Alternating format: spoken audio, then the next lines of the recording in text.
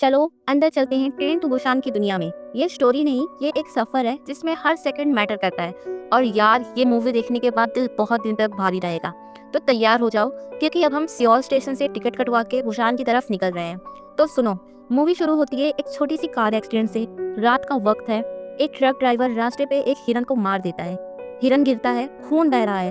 Driver घबरा के उतरता है, चेक करता है, और फिर वो हिरन धीरे से उठ खड़ा होता है, आंखें बिल्कुल सफेद, और वो दौड़ पड़ता है अंधेरे में। ये पहला इशारा था कि कुछ बड़ा होने वाला है, कुछ ऐसा जो इंसान को अंदर से खा जाएगा। अब cut to main hero Seok Woo, एक successful fund manager, suit boot, fancy office, phone पे हमेशा बॉसी आवाज। डाइवोर्स हो चुका है उसका। एक बेटी है सुऑन, छोटी सी 9 साल की, बहुत प्यारी, बहुत सेंसिटिव लड़की। बर्थडे था उसका कुछ दिन पहले। स्कूल में प्रोग्राम था, उसके पापा के लिए उसने एक गाना गाना था। पापा नहीं आए। फोन पे बात हुई तो सियोन रो पड़ी। पापा, आप हमेशा काम करते हो, मुझे मम्मी के पास बुसान ले चलो ना। सीक वू का दिल टूटा। गिल्ट अंदर से खा रहा था। उसने सोचा, बस एक बार बेटी को खुश कर देता हूँ। तो सुबह जल्दी टिकट बुक की है, KTX बुलेट ट्रेन, सियोल से बुसान, फास्टेस्ट ट्रेन। और ये सफर उसके लिए सिर्फ बेटी को मम्मी के पास छोड़ने का था। लेकिन क्या पता था, ये टिकट उसकी जिंदगी का लास्ट टिकट बन जाएगा। स्टेशन पे सीन बहुत नॉर्मल लगता है। लोग अपनी लाइफ में बिजी, कोई फोन पे बात कर रहा है, कोई कॉफी पी रहा है, कोई बच्चे को समझा रहा है। सीक वू और सियोन पीछे वाली सीट पे बैठते हैं। सियोन थक गई थी, पापा के कंधे पे सर रखकर सो गई। सीक वू उसको देखता है, थोड़ी सी स्माइल आती है, लेकिन फोन पे फिर बिजी हो जाता है और वही बिजनेस वाला मोड उसका चालू हो गया। ट्रेन चालू, बहुत तेज, विंडोज से दुनिया ब्लर हो रही थी। अब इंट्रोड्यूस होते हैं बाकी इंपॉर्टेंट लोग। सैंगवा, एक बड़ा मस्कुलर आदमी, मजदूर टाइप। उसकी प्रेग्नेंट बीवी सिंगोंग किंगोंग, 7 महीने प्रेग्नेंट लेकिन बहुत स्ट्रॉन्ग औरत। दोनों एक दूसरे को बहुत प्यार करते हैं। सैंगवा हर बात में बीवी को रखवाली की तरह देखता है। फिर एक हाई स्कूल बेसबॉल टीम, यंगकुक और उसके दोस्त कोच भी साथ हैं। सब मस्ती कर। 2 बूढ़ी बहनें, इंगिल और उसकी बहन। बड़ी बहन बहुत स्ट्रिक्ट, छोटी बहन एक सेल्फिश बिजनेसमैन यंगसुक। ये बंदा ट्रेन में भी अपने सूट को संभाल रहा था, अपने आप को सबसे ऊपर समझता था। और एक मिस्टीरियस होमलेस आदमी जो चुपके से ट्रेन में घुस गया था। किसी को पता नहीं, लेकिन वो सबसे पहले समझ जाता है कि कुछ गलत होने वाला है। ट्रेन चलती रही। न्यूज़ में रिपोर्ट्स आने लगे, सिटी में ऑन राइट्स, लोगों पे हमला, हॉस्पिटल्स फुल। लोग इग्नोर कर रहे थे क्योंकि ऐसा होते रहता है। लेकिन फिर लास्ट सेकंड पे एक लड़की ट्रेन में चढ़ी। उसका पैर से खून बह रहा था। वो लड़की जोर तोड़ से सांस ले रही थी। अटेंडेंट उसको हेल्प करने आए और फिर वो लड़की गिर पड़ी। उसके मुंह से गर्गलिंग आवाज आई, आंखें सफेद हो गई, विंग्स उभर आई और वो अटैक कर दिया। पहला ज़ॉम्बी। ट्रेन के पीछे वाले कंपार्टमेंट में एक सेकंड में चोर्स, लोग चिल्लाने लगे, एक दूसरे को ढकेल रहे। ज़ॉम्बीज बढ़ते गए, बाइट करते हैं तो 10 सेकंड में न्यू ज़ॉम्बी।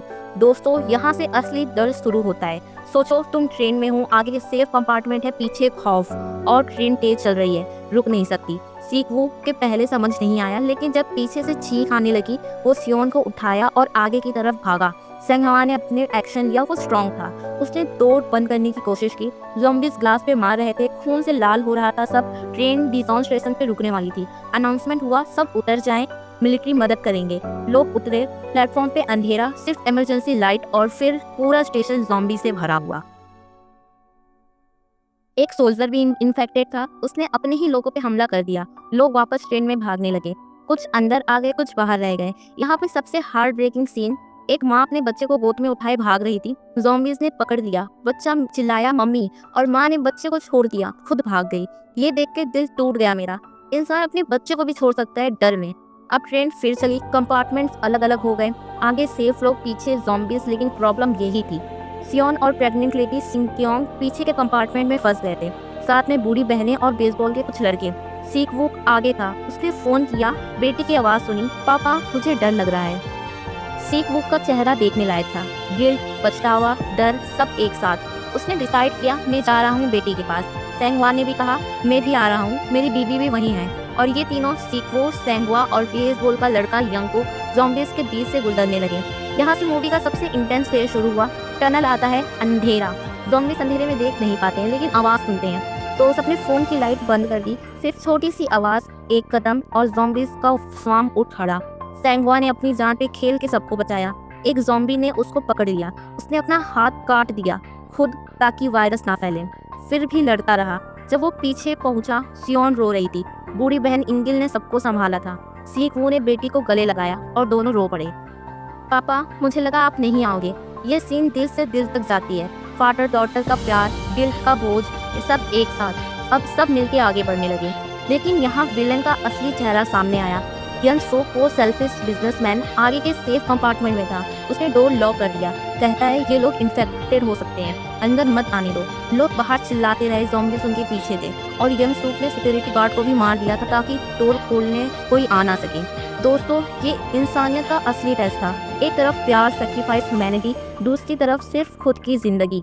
अब फाइनल स्ट्रेच, ट्रेन बुसान के करीब पहुंच रही थी, लेकिन एक ब्रिज पे रुक गई। मिलिट्री ने ऑर्डर दिया, अगर कोई इन्फेक्टेड दिखा तो गोली मार देना। अब लास्ट फाइट, ज़ॉम्बीज़ ट्रेन के बाहर से भी अटैक कर रहे थे। सेंगवा ने अपनी प्रेग्नेंट बीवी को सेफ रखने के लिए अपने आप को ज़ॉम्बीज़ के सामने खड़ा कर दिया। वो मर गया, लेकिन बीबी और बच्चे को बचाया। फिर सीक्वो को पता चला वो भी इन्फेक्टेड हो गया था। हार्ट पे छोटा सा बाइट था। उसने सियोन को देखा, बेटी के चेहरे पे डर लेकिन प्यार। सीक्वो ने लास्ट डिसीजन लिया। उसने अपनी बेटी को ट्रेन के आगे वाले हिस्से में भेज दिया, खुद पीछे रह गया, डोर बंद किया और ज़ॉम्बीज़ के सामने खड़ा हो गया। वो ज़ॉम्बी बनने से पहले अपनी बेटी को देखता रहा। सियोन चिल्लाती रही, पापा पापा, और फिर ट्रेन के आगे वाले हिस्से में एक सोल्जर ने सीक्वो को गोली मार दी।